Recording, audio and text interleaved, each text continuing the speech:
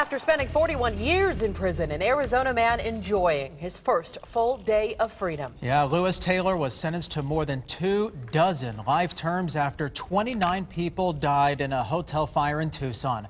This, even though the judge who presided over the case believed he was innocent. ABC 15's Steve Kuch is talking with Lewis Taylor about what comes next. We have the best judicial system in the world. I don't see how I fell in the cracks for 42 years. Should have never happened. But it did to Lewis Taylor. Until Tuesday, he had spent every day and night since 1970 locked up in prison. He was convicted by a jury of starting the Pioneer Hotel on fire.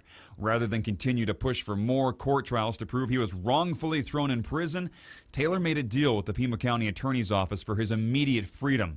Although now, he can never sue for money. I had no other choice. I wasn't going to let him take another minute, another hour, another decade from me for something I didn't do. Emotionally, Taylor is still that same 16-year-old boy arrested more than 40 years ago, even though a lot else has changed. I was messing with an Apple telephone, and I just couldn't get it.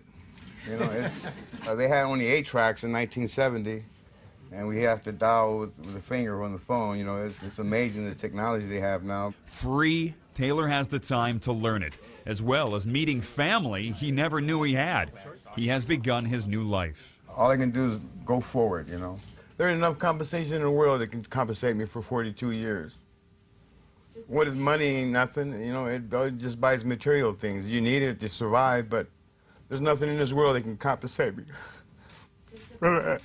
Taylor is not sure what he's going to do for work or if he's even going to stay in Tucson. He just knows for the first time in 42 years, he's free to choose for himself. In Phoenix, I'm Steve Kuch, ABC 15 News.